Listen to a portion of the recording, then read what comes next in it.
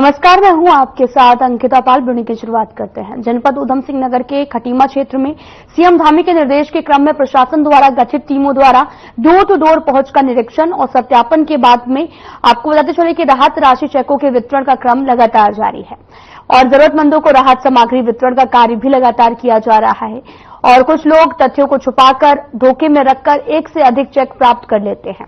क्षेत्र के अधिकांश आपदा पीड़ित राहत राशि और राहत सामग्री के लिए फॉर्म जमा करने तहसील परिसर में भीड़ लगा रहे हैं और इस मामले में एसडीएम रविंद्र सिंह बिष्ट ने मीडिया को बताया कि लोगों द्वारा तथ्यों को छुपाकर धोखे से रखकर यहां पर त्रुटिवश एक से अधिक चेक प्राप्त किए जा रहे हैं। वे लोग चेक को तहसील में जमा कर देते हैं, नहीं तो उनके खिलाफ सख्त कार्रवाई की जाएगी। इसके लिए भी चेतावनी जारी की गई है।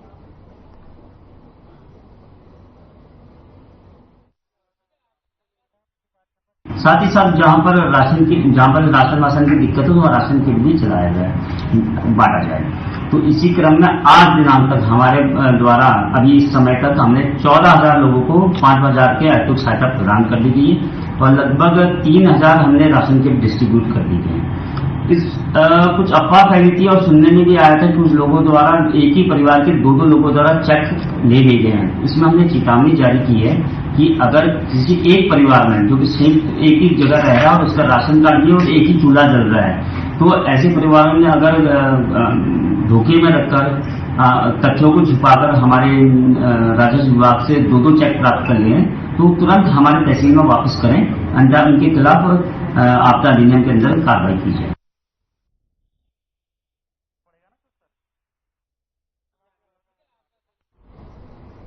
22 जुलाई से शुरू हो रही नीलकंठ की कांवड़ यात्रा को सुरक्षित संपन्न कराने के लिए पौड़ी पुलिस ने कमर कस ली है। एसएसपी लोकेश्वर सिंह के निर्देश पर पूरे नीलकंठ कांवड़ क्षेत्र को एक सुपर जोन और 7 जोन में बांटा गया है। पूरा कांवड़ क्षेत्र 950 पुलिसकर्मियों के सुरक्षा घेरे में रहेगा। इसके अलावा 2 एसडीआरएफ और 1 एनडीआरएफ के साथ 8 पुलिस की टीम सुरक्षा के लिहाज से गंगा घाटों पर तैनात रहेगी। नीलकंठ से बैराज तक 12 खोया पाया सेंटर भी बनाए जा रहे हैं। आपको बता दें कि तस्वीरें भी आपको दिखा रहे हैं जो कि ऋषिकेश से हैं, जहां पर 22 जुलाई से कांवड़ यात्रा शुरू होने वाली है, जिसको लेकर पौड़ी पुलिस यात्रा को लेकर पूरी तरह से मुस्तैद है। लोकेश्वर सिंह आईपीएस अधिकारी ने भी कड़े निर्देश दिए हैं, जहां पर 950 पुलिसकर्मी सुरक्षा के घेरे पर खड़े रहेंगे और साथ ही नीलकंठ से हरिद्वार जाने के लिए लोगों को कई तरह की सुविधाएं भी दी जा रही हैं, ताकि किसी को किसी तरीके की कोई भी परेशानी ना हो। 22 जुलाई से कांवड़ यात्रा की शुरुआत की जा रही, जिसको लेकर लगातार सुरक्षा के इंतजाम भी किए गए हैं। साथ ही कई खोए पाए के सेंटर भी बनाए गए हैं।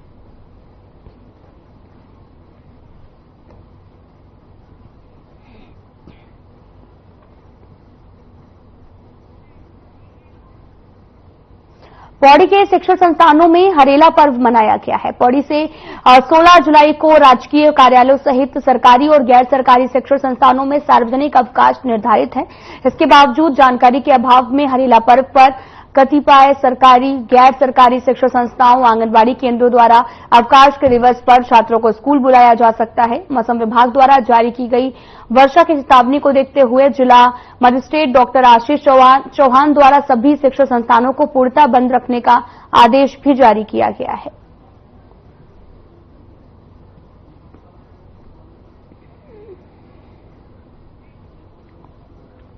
शिक्षण संस्थानों में हरेला पर्व मनाया गया। शिक्षण संस्थानों में आपको बताते चले कि लगातार हरेला पर्व को लेकर जानकारी भी दी गई। सरकारी शिक्षण संस्थानों में अवकाश को घोषित भी किया गया। साथ ही ये पूरी जो तस्वीर आपको दिखा रहे हैं, जहां पर एक निर्देश भी जारी किया गया है, विद्यालय में छात्रों को इसके बारे में जानकारी दी गई। सरकारी शिक्षण संस्थान को भी बंद किया गया है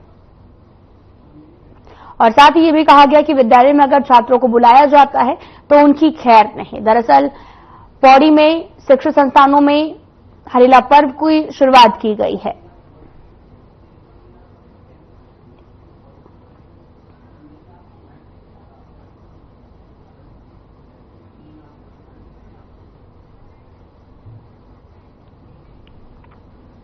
उत्तर प्रदेश के सीएम योगी आदित्यनाथ के छोटे भाई सूबेदार मेजर शैलेंद्र बिष्ट समेत परिवार को जान से मारने की धमकी दी गई है। आरोप कांग्रेस नेता यमकेश्वर जिला पंचायत सदस्य पर लगा है। कोटद्वार पुलिस ने शैलेंद्र बिष्ट की तहरीर पर कांग्रेस नेता के खिलाफ भारतीय न्याय बीएनएस के तहत कई धाराओं में मुकदमा भी दर्ज किया है। कोटद्वार पुलिस के मुताबिक 16 जून को सोशल मीडिया पर उनके परिवार के खिलाफ एक पोस्ट शेयर किया गया। पोस्ट का विरोध करते हुए जब उन्होंने कांग्रेस नेता को फोन कर पोस्ट हटाने के लिए कहा तो कांग्रेस नेता क्रांति कपरूवार ने भी उनके साथ गाली गलौज करते हुए अभद्र व्यवहार किया है।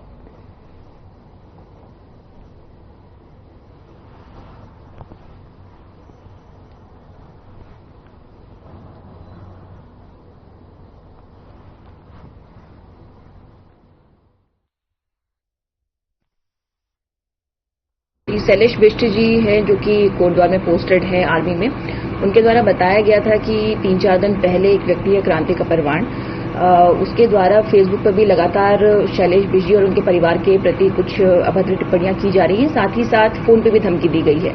तो इस तहरीर के बाद मुकदमा दर्ज कर लिया गया है और विवेचना की जा रही है।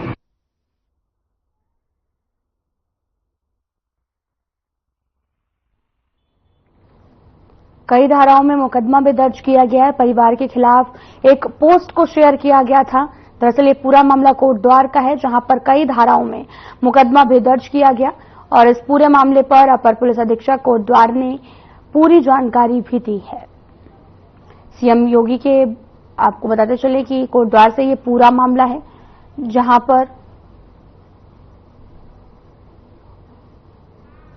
कई धाराओं में मुकदमा भी दर्ज किया गया। दरअसल ये पूरा मामला कोटद्वार से है। ऊधम सिंह नगर रुद्रपुर सैकड़ों कांग्रेसी एकत्रित होकर जिलाधिकारी दफ्तर पहुंचे हैं, जहां पर उन्होंने जिलाधिकारी को ज्ञापन सौंपकर 30 से 35 साल से रह रहे लोगों की समस्या को जिलाधिकारी को बताया है।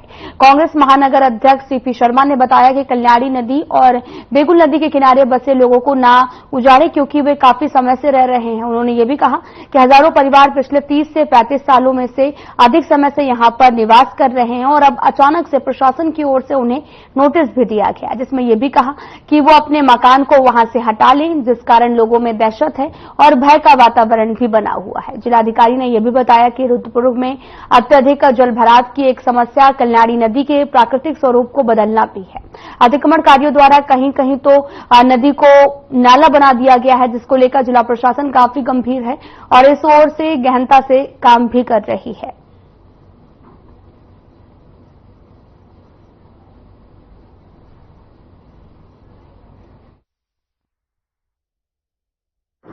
देखिए, जो कल्याणी नदी को एकदम सकरा कर दिया गया है और कहीं कहीं तो उसका वजूद भी खत्म कर दिया गया है, ये देखने में आया है और माननीय उच्चतम न्यायालय, उच्च न्यायालय, शासन और सभी स्तरों से निर्देश है। साथ ही साथ इस शहर की जो सबसे बड़ी समस्या है जल भराव की, तो जो नदी प्राकृतिक रूप से इस शहर के बीचों बीच जा रही है, अगर उसके बहाव को रोकेंगे तो शहर में पानी भरेगा और ये होता आया है। इसी सब को देखते हुए सभी विभाग, इसमें सिंचाई जो मुख्य विभाग है, नगर निगम है, राजस्व है, इवन प्राधिकरण भी इसको देखेगा। आज भाजपा के राज में गरीब बिल्कुल भी सुरक्षित नहीं है। उन पर जिस तरह से हमले किए जा रहे हैं, उन पर अत्याचार किया जा रहा है, उनको आक्रमण किया जा रहा है, वो पूरे देश के क्या पूरे प्रदेश के लोग देख रहे हैं। और आज रुद्रपुर के अंदर जो हालात हैं वो सभी देख रहे हैं किस तरह से गरीबों को उजाड़ने की साजिश रची जा रही है। आज हम सारे लोग, ये खेड़ा के लोग हैं, ट्रांजिट कैंप क्षेत्र के, गड्ढा colony, Narayan colony, Krishna colony के लोग थे, सब लोगों ने, हम कांग्रेस प्रतिनिधि मंडल सब यहां पहुंचा, पहाड़गंज के लोग थे, सभी लोगों ने जिलाधिकारी महोदय से गुहार लगाई है कि इनको भाजपा के मंत्रियों पर, न भाजपा की सरकार पर तो हमें भरोसा नहीं है, लेकिन प्रशासन पे हमें जरूर भरोसा है कि वो तो कम से कम ऐसा काम नहीं करेगा, इन गरीबों को उजाड़ने से इतना बड़ा अन्याय नहीं करेगा। आज जिलाधिकारी महोदय ने कहा है कि हमारा मकसद किसी गरीब को उजाड़ना नहीं है और न हम किसी को उजाड़ने जा रहे हैं।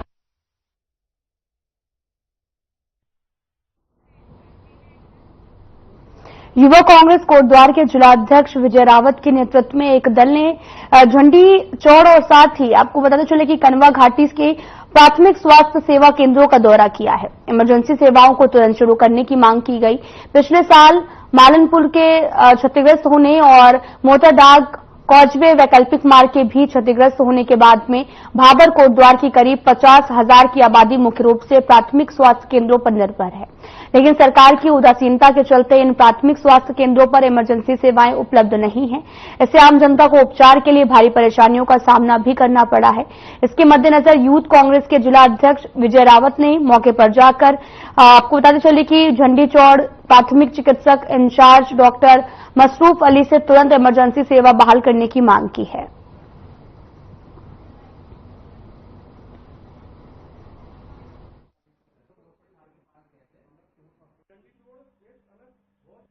विगत एक साल पहले यहाँ पर मालन का पुल टूट गया था, जो एक वर्ष होने के बाद भी जो मालन का पुल नहीं बन पाया है, तो बहुत कहीं न कहीं दुर्भाग्यपूर्ण है। और मोटरढांग में एक वैकल्पिक मार्ग भी यहाँ पर तैयार किया गया था, जो भी 2 बार टूट गया है, जिससे भाबर की जनता में काफी रोष है।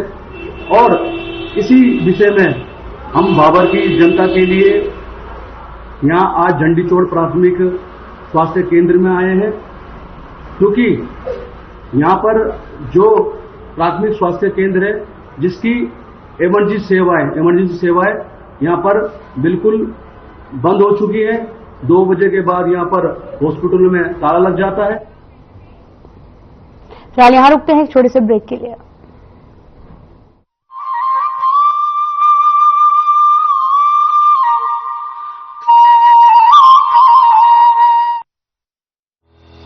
जल संरक्षण के लिए उत्तराखंड सरकार आज हर संभव प्रयास कर रही है, ताकि पहाड़ों पर जल का संचय, संरक्षण और संवर्धन हमेशा के लिए हो सके।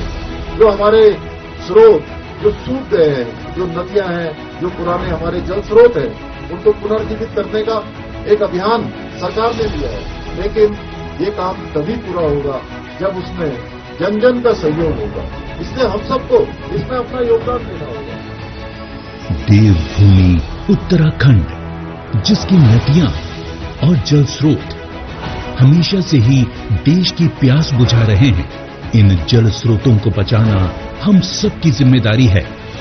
आइए अपनी नदियों और तालाबों को प्रदूषित होने से बचाने और पानी को संरक्षित करने का संकल्प लें। प्लास्टिक कचरा न फेंकें, न ही किसी को फेंकने दें। पुराने तालाबों को बचाएं। इसके साथ साथ रोजमर्रा के जीवन में पानी की हर बूंद को बचाएं, क्योंकि यही है जल संरक्षण का आधार। हमारी छोटी कोशिशें लाएंगी बड़े बदलाव, जैसे कि नल खुला न छोड़ें। अगर कोई नल टपक रहा है तो उसे तुरंत ठीक कराएं, चाहे किचन हो या बाथरूम। बेवजह पानी न बहाएं, जब जरूरत ना हो तो नल बंद कर दें। नहाते समय शावर की जगह बाल्टी का प्रयोग करें।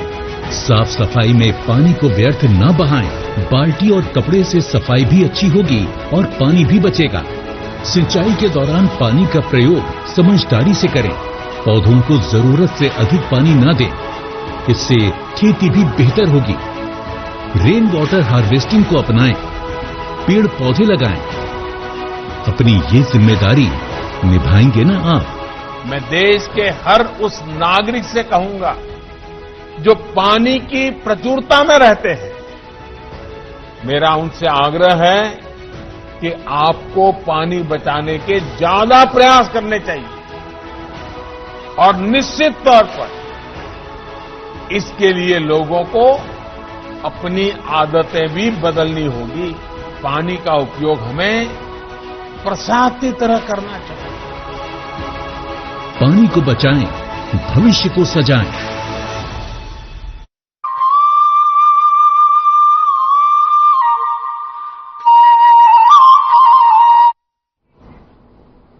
ब्रेक के बाद स्वागत है आप सभी का। रुख करते हैं खबरों की तरफ। उधम सिंह नगर के खटीमा तहसील में आते ही राहत राशि का चेक किया गया है और राहत सामग्री लेने के लिए फॉर्म जमा करने के लिए आपदा पीड़ितों को काफी भीड़ भी लग रही है, जबकि फॉर्म भरे जाने की कोई भी प्रक्रिया तहसील प्रशासन की तरफ से जारी नहीं की गई।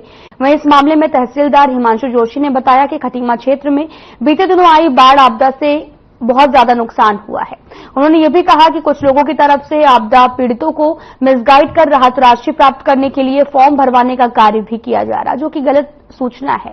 उन्होंने जनता से भी अपील की कि राहत राशि का चेक प्राप्त करने के लिए किसी भी प्रकार के फॉर्म भरने और जमा करने की जरूरत नहीं है।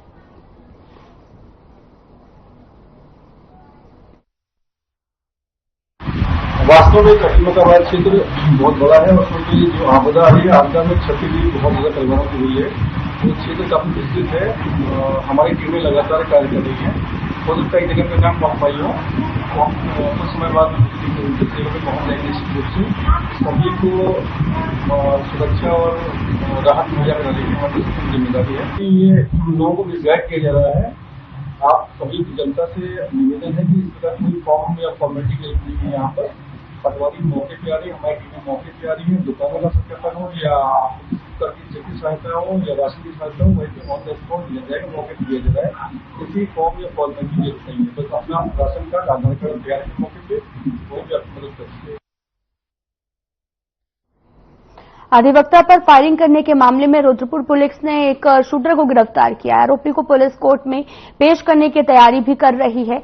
एसएसपी मंजुनाथ टीसी ने मामले का खुलासा करते हुए बताया कि अनिल सिंह ने कोतवाली पुलिस को तहरीर सौंपी है, जिसमें यह भी कहा गया कि 27 जून को उसका बेटा प्रशांत सिंह और सत्यम सिंह कार से रुद्रपुर बाजार स्टाम्प लेने के लिए गए हुए थे। इसी दौरान बाइक सवार नकाबपोश शूटर ने उनके बेटे प्रशांत पर फायरिंग कर दी थी। घायल के पिता की तहरीर पर पुलिस ने मुकदमा भी दर्ज कर जांच शुरू कर दी है, जिसके बाद कार्रवाई करते हुए पुलिस ने 3 आरोपी को गिरफ्तार किया है। कि भरी बाजार में गांधी पार्क के निकट जो है 2 शूटर आता है। बिल्कुल फिल्मी अंदाज में सारे मतलब मुंह और फेस सारे कवर्ड रहते हैं, अनरिकग्नाइजेबल रहते हैं। और प्रशांत करके एक व्यक्ति है जो ILTS का सेंटर चलाता है और पहले 4 व्हीलर्स का सेकेंड हैंड की कारोबार था उसका, तो उसका भी उठना बैठना ऐसे लोगों के साथ ही था। परंतु इंपॉर्टेंट बात यह है कि ये 2 शूटर आके तुरंत फायरिंग करते हैं और तुरंत भाग जाते हैं शातिराना अंदाज में। तो जानकारी में आया कि ये विदेश में बैठकर एक व्यक्ति है जो इनका सरगना बन चुका है, वो जो है वहां पर फॉरेन का ऑर्गेनाइज्ड क्रिमिनल्स के साथ टच में रह चुका है और उनके माध्यम से शूटरों को आयोजन करके वहां पर ये क्राइम को अंजाम दिया है। फिलहाल बुलेटिन में इतना ही। नमस्कार।